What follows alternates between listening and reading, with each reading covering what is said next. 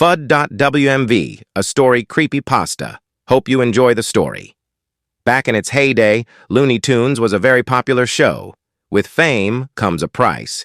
In the case of Hugh Harman, the creator of Looney Tunes, insanity. In 2006, a small group of fans were allowed into the studios at Warner Brothers, Inc.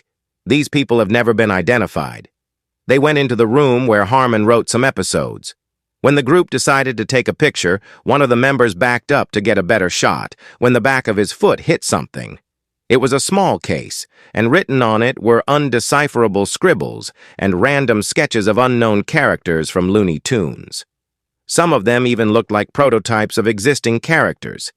Inside the case was a film reel. They picked it up, reading a label on the reel.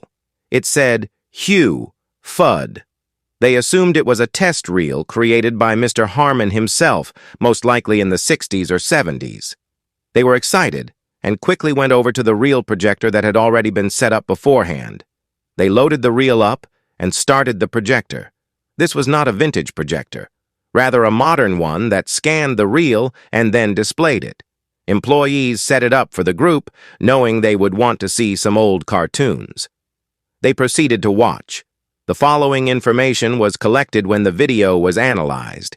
It started out to be nothing but static, as if the reel itself were interfering with the projector.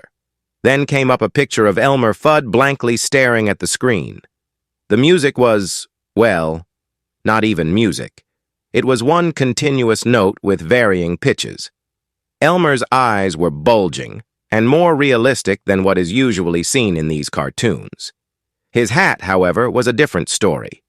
It was poorly drawn, and the color seemed to be scribbled on. The brown color from his hat overlapped his face a bit. The video got progressively more shaky. This went on for about 30 seconds. Elmer's face quickly overtook the screen, his eyes dark red and white pupils. The static got worse than it ever was. You could barely decipher what was happening. All that could be heard was a grown man repeatedly screaming, as if being tortured. This went on for about 30 more seconds. Then, as the screaming faded out, an image popped onto the screen.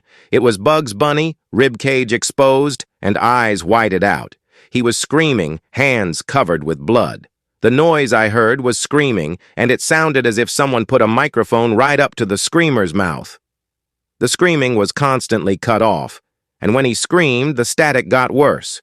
One could hear the faint sounds of the blood-curdling screams of an infant. The screen went black. After 2 seconds, a video clip of a Looney Tunes episode reversed. It was called Rebel Rabbit, but it was distorted. After the clip ended, a face with red eyes and red teeth appeared on the screen, accompanied by faint screaming. This concluded the video. Eyewitness accounts say that the group had run out screaming. One of them jumped out of a window while 2 others slit their necks with the broken glass. The last ran out, never to be seen again until 2007, when he robbed the studios and took the video with him. This could explain why it was uploaded onto YouTube. The question is why it took him until 2011 to upload it. It is said that he obsessed over it. It was his whole life, but after the robbery, he was never heard from again.